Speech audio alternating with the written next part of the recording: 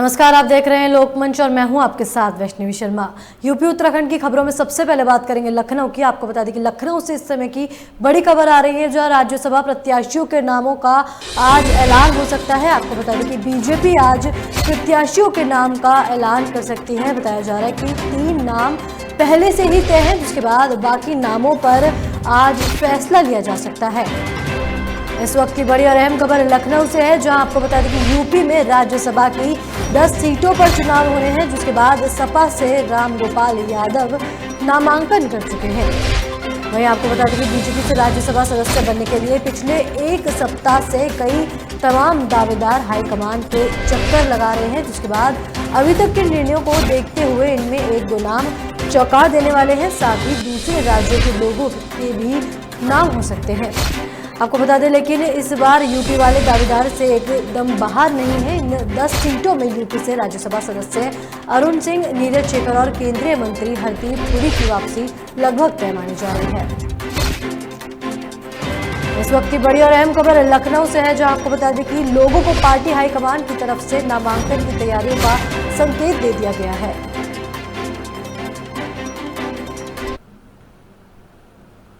उत्तराखंड के रुड़की में ऊर्जा निगम ने त्योहारी सीजन को लेकर कमर कस ली है, जिससे दिवाली के समय उपभोक्ताओं को बिजली आपूर्ति सुचारू रूप से मिल सके।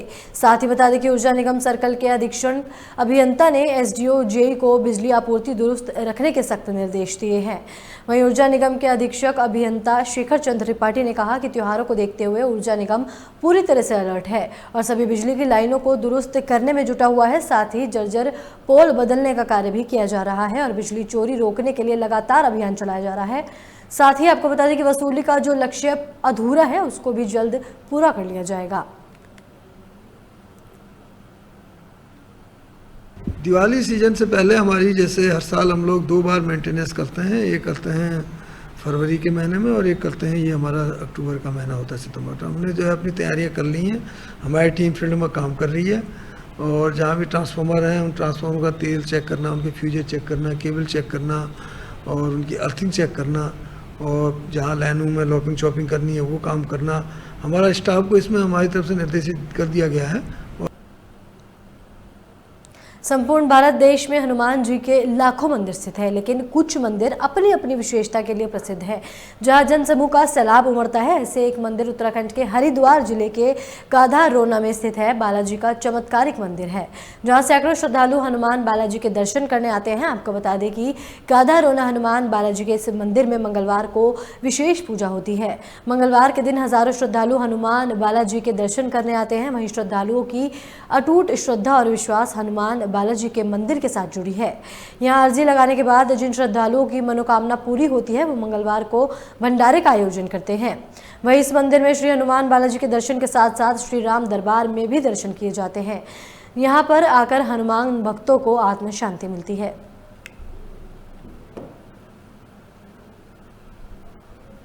यहाँ पर संकट वाले आते हैं और लोगों के संकट करते हैं। 41 दिन का कोर्स होता है उनका, कोई 15 दिन में भी ठीक होके चले जाता है। और सिद्धपीठ मंदिर है ये, मंदिर को हो गए कोई 40 साल जी।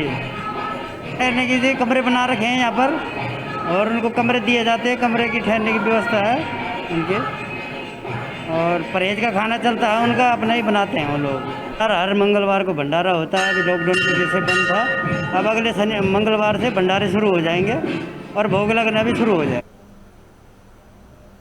लश्कर में कोरोना काल की वजह से बंद पड़ी ट्रेनों का संचालन होने से यात्रियों को बड़ी राहत मिली है। आपको बता दें कि दिल्ली से देहरादून के बीच मसूरी ट्रेन का संचालन शुरू हो गया है। वहीं मसूरी ट्रेन दिल्ली से देहरादून के बीच चलती है, जो लक्सर जंक्शन से भी होकर गुजरती है। दिल्ली से देहरादून के बीच ट्रेन चलने से यात्रियों के लिए बड़ी राहत है। साथ ही ये ट्रेन उन लोगों के लिए भी बड़ी राहत है जो त्योहार पर अपने घर आने की सोच रहे हैं।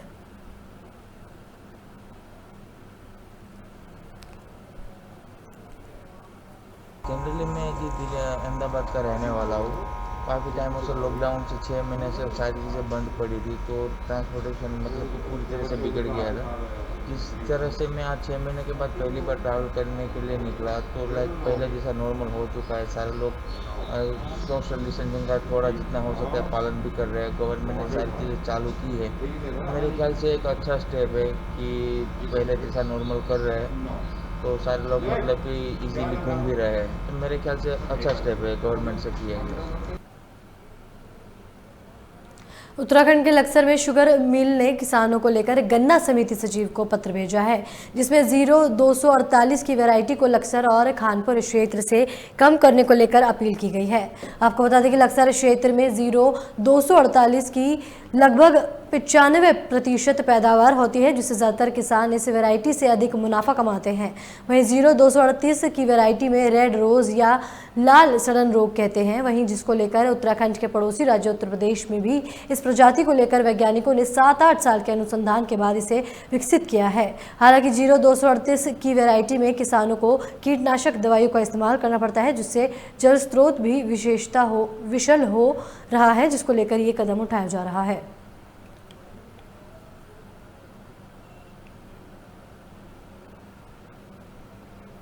नहीं 038 ही बढ़िया, 018 बेकार करना हमारे इधर इलाके में चलने का भी नहीं हो, और फिर इसमें लागत भी ज़्यादा चाहिए, दूसरा काट दिया। 038 ही बढ़िया मेरे हिसाब से।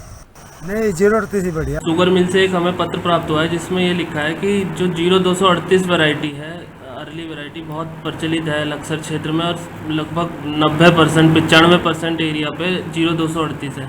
और इस वैरायटी पे रेड रॉट की समस्या जो आ रही है बहुत ज़्यादा, तो मिल ने हमें एक पत्र दिया है जिसमें ये कहा है कि 0238 का एरिया जो है थोड़ा कम करके अन्य अगेती पदार्थी जैसे 0118 और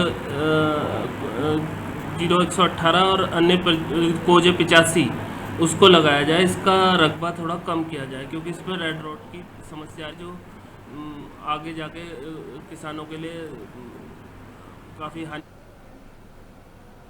बरेली में मिशन शक्ति के तहत नारी सुरक्षा कार्यक्रम का आयोजन किया गया था, जहां कार्यक्रम में महिलाओं की सुरक्षा को लेकर शपथ दिलाई गई थी। इस मौके पर महिलाओं को बताया गया कि वे अपनी ताकत पहचाने, साथ ही महिला कमजोर नहीं है। अगर अपनी ताकत पहचान ले तो उसे किसी के सहारे की जरूरत नहीं पड़ेगी, खुद ताकतवर और मजबूत बन जाएगी, बस उसे अपने आप की ताकत को पहचानने की जरूरत है।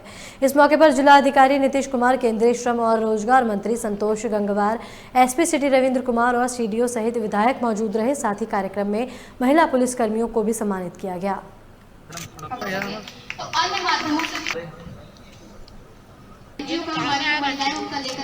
दिखाई देता है और प्रशासन भी पूरा सक्रिय है और वास्तव में इस प्रोत्साहन की आवश्यकता है। आज आवश्यकता ये है कि घर घर हम इसका एक कायदे से प्रचार करें, उसका लाभ सबको मिले। सरकार नारी सशक्तिकरण के लिए क्या करे? जैसे आपने कहा कि अब महिलाएं माइंस में भी काम कर पाएंगी, किस तरह से काम कर पाएंगी? क्या हम माइंस में काम करने को दे रहे हैं और प्रॉपर सुरक्षा भी दे रहे हैं। इसके आदेश कर दिए नरेंद्र मोदी जी के प्रधानमंत्री, और लोगों ने जाना शुरू कर दिया। इसी बीच लखनऊ से इस समय की बड़ी खबर आ रही है। आपको बता दें कि लखनऊ में बिजली विभाग के कर्मचारियों की दबंगई सामने आई है, जहां कर्मचारियों ने घर में घुसकर परिवार के साथ मारपीट की है। आपको बता दें कि बिल काटने आए कर्मचारियों ने परिवार के साथ जमकर मारपीट की। साथ ही आपको बता दें कि कर्मचारियों ने जमकर हंगामा काटा, जिसके बाद थाने के चक्कर काट रहे पीड़ित परिजनों की पुलिस ने अभी तक FIR दर्ज नहीं करी है। वहीं पूरा मामला चिन्ह थाना के लड़ाइया गाँव का बताया जा रहा है।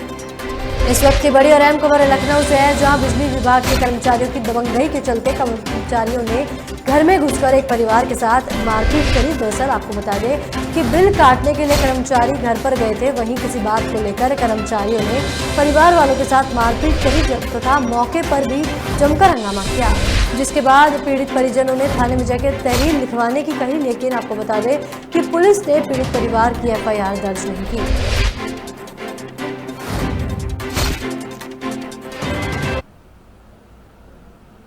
बुलंदशहर में AIMIM की चुनावी सभा के बीच चंद्रशेखर आजाद के समर्थकों पर मारपीट और फायरिंग करने का आरोप लगाया गया है। दरअसल मामला मोहल्ला रुकन सराय का है, जहां देर शाम को असदुद्दीन ओवैसी की पार्टी AIMIM के प्रत्याशी दिलशाद और चंद्रशेखर आजाद उर्फ रावण की पार्टी असपा के प्रत्याशी हाजी यास्मीन के समर्थकों के बीच झड़प के बाद अफरा तफरी मच गई थी। बताया जा रहा है कि AIMIM के प्रत्याशी दिलशाद नुक्कड़ सभा कर रहे थे। आरोप है कि तभी हाजी यामीन अपने समर्थकों के साथ पहुंचे और वहां असपा के कार्यकर्ताओं ने AIMIM के कार्यकर्ताओं पर हमला कर दिया। वहीं AIMIM प्रत्याशी दिलशाद के साथ मारपीट की गई। साथ ही पूरी घटना को लेकर दिलशाद ने मामले की तहरीर देकर कार्रवाई कर सुरक्षा की गुहार लगाई है, जबकि असपा के अध्यक्ष चंद्रशेखर आज़ाद उर्फ रावण ने अपने काफिले पर फायरिंग के ट्वीट को खारिज करते हुए दावा किया है कि वे खुद जान बचाकर भागे हैं। वे ऐसे में रावण पर कैसे हमला करते हैं। हालांकि पुलिस भी चंद्रशेखर आज़ाद के काफिले पर फायरिंग के ट्वीट को लेकर गंभीर है और दावा कर रही है कि चंद्रशेखर आज़ाद के ट्वीट के संबंध में अभी तक कोई सटीक जानकारी पुलिस को नहीं मिली है। फिलहाल AIMIM के प्रत्याशी को 2 सुरक्षाकर्मी पुलिस ने मुहैया कराए हैं। मार मुझ में लगी है, अगर मैं फायरिंग करता तो वहाँ हट लगी हूँ। सिंपल हिसाब है, आप भी समझ सकते हैं चीज़ को। भागने वाला इंसान फायरिंग करेगा कभी क्या? ट्विटर पे उन्होंने ट्वीट किया है इसको तो सर मैं भी खड़ा कर दूंगा मीडिया वालों ने। कंप्लेंट दी आपने? मैंने कंप्लेंट दी है, पुलिस ने मेरी सहयोग किया है। मुझे अभी तत्काल में 2 गार्ड दिए गए हैं, पहले मेरे पास नहीं पहुंचे थे, गनर दिए गए हैं और मेरी एप्लीकेशन लोड हो गई है। मुकदमा मेरा दर्ज होगा इंशाल्लाह। और मैं फिर अपील करता हूँ आप लोगों से कि ये क्रिमिनलों की लॉबी है, बहुत बड़ी साजिश है इन लोगों की हमें ख़त्म करने की। और आज कम से कम बुलंदशहर के अंदर 250 हिस्ट्री शीटर बदमाश आए हैं। मैं पुलिस से कहूँगा इनकी जाँच करें। अच्छा, इससे पहले भी आपको धमकी दी गई है? इससे पहले मुझे केवा मेरे कार्यालय पे लोग आए थे, जो रिजवान जो नाम का आदमी है, रही उसकी यामीन का परचम लेकर आया था कि तुम बैठ जाओ, तुम्हारा भाई है वो। मैंने कहा भाई मैं इलेक्शन लड़ूंगा। फायरिंग हुई आप? ये कतिपय समाचार चैनलों पर आज़ाद समाज पार्टी के चंद्रशेखर आज़ाद पर हमले की बात और फायरिंग की बात चलाई जा रही है, जो किसी भी तरह से अभी तक पुष्टिकारक नहीं है। हाँ, ये है कि आज आज़ाद समाज पार्टी के प्रत्याशी हाजी यामीन और MIM के प्रत्याशी दिलशाद, ये दोनों लोग चुनाव प्रचार में रुकनसराय कोतवाली नगर बुलंदशहर में गए थे, जहां इनके कार्यकर्ताओं के बीच में आपस में गाली गलौज की सूचना थी। जैसे ही सूचना मिली तत्काल मौके पर पुलिस पहुंच गई, दोनों पक्ष वहां से हट गए थे। फिलहाल दोनों पक्षों से बात की जा रही है, अगर कोई तहरीर देते हैं तो तदनुसार अभियोग पंजीकृत कर वैधानिक कार्रवाई सुनिश्चित की जाएगी। लेकिन जहाँ तक हमले की बात है, अब तक इस संबंध में कोई पुष्टिकारक बात जानकारी में नहीं आई। बाराबंकी के तहसील सभागार की दीवारों पर महात्मा ज्योतिबा फुल्ले का चित्र बनाया गया है, जिन्हें दलित उत्थान के मसीहा के रूप में जाना जाता है। इसी के साथ साथ बच्चियों को शिक्षा देती भारत की पहली महिला शिक्षिका माता सर्वित्री बाई फुल्ले का चित्र बनाकर शिक्षा के प्रति अपनी मंशा को बताते हुए शिक्षा से जुड़े लोगों को मैसेज भी दिया गया। आपको बता दें कि बाराबंकी में मैसेज में कहा गया कि शिक्षा क्षेत्र में लापरवाही कतई बर्दाश्त नहीं होगी। वहीं बताया जा रहा है कि चित्र के साथ ही समाज सुधारक रहे राजश्री छत्रपति शाहूजी महाराज का भी चित्र बनाया गया। जब जिलाधिकारी दिव्यांशु पटेल ने तहसील में महात्मा बुद्ध का चित्र, भारत की शोभा बढ़ाती स्टैच्यू ऑफ यूनिटी का चित्र के साथ ही डॉक्टर भीमराव अम्बेडकर की महिलाओं के प्रति निष्ठा को दर्शाती पेंटिंग चित्र बनाकर देश और समाज के प्रति अपनी मंशा को जाहिर किया।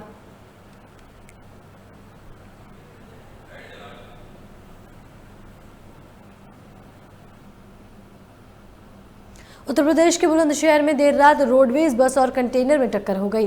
टक्कर इतनी तेज थी कि बस के पीछे से परखच्चे उड़ गए। गनीमत रही कि बस में पीछे सवारी नहीं बैठी थी।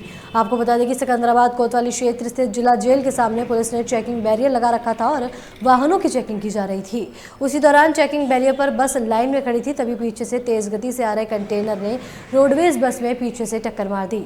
टक्कर लगते ही बस में बैठी सवारियों में हाहाकार मच गया। वहीं पुलिस ने तत्परता दिखाते हुए 1 दर्जन से अधिक घायलों को अस्पताल ले जाया गया, जहां मामूली चोटों के उपचार के बाद उन्हें उनके गंतव्य स्थान के लिए रवाना किया गया। साथ ही ट्रक के ड्राइवर को भी गंभीर अवस्था में जिला अस्पताल में भर्ती कराया गया है, जहां उसका इलाज चल रहा है। और ये जो घटना हुई है, लोनी डिपो की गाड़ी है। ये क्या कहते हैं, लाइन में खड़ी थी, इसके आगे ट्रक था, लेकिन पीछे से जो ट्रक आया उसने फोर्सफुली इसे बस में मारा है, जिसके फोर्स से ये इसमें कुछ यात्री थे जिनको मामूली चोटें लगी थी, वो अपने घर चले गए हैं। लेकिन जो डैमेज है वो बस में है। अगर ये मतलब यूँ समझ लिए बस की इतनी स्पीड में मारी है ट्रक वाले ने कि ये करीबन 100 मीटर तक खींच के आगे तक चला गया। कितने सवारियां थी इसके अंदर, बस के अंदर?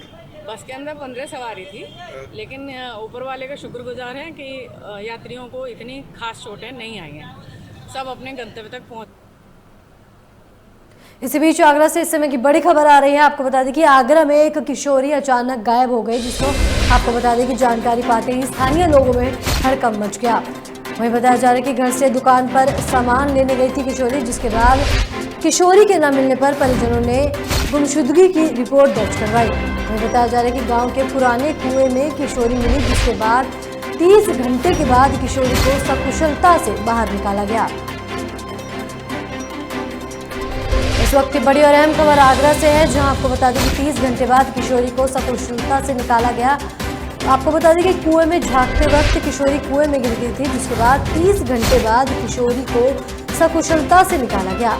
ये बताया जा रहा है कि ये पूरा मामला शमशाबाद के राधे धाम ऊंचा का है, जहां आज किशोरी के अचानक गायब होने से इलाके में सनसनी फैल गई। वहीं आपको बता दें कि किशोरी के नाम मिलने पर परिजनों ने थाने में जाकर तहरीर दी। वहीं बताया जा रहा है कि किशोरी कुएं में झांक रही थी, जिस समय बैलेंस बिगड़ने के चलते किशोरी कुएं में गिर गई।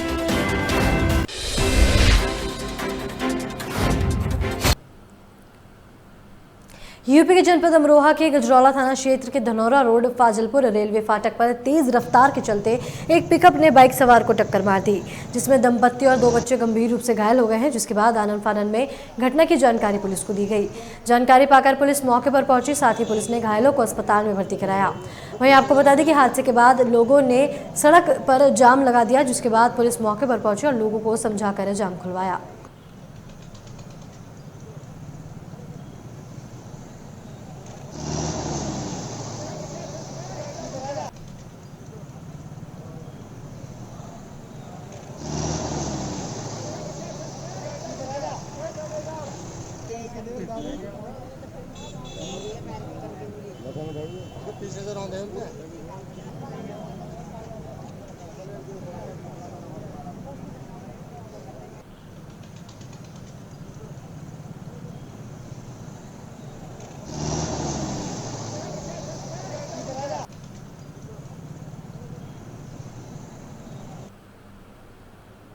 इसी के साथ इस बुलेटिन में फिलहाल इतना ही। तमाम खबरों के लिए देखते रहिए लोकमंच। नमस्कार।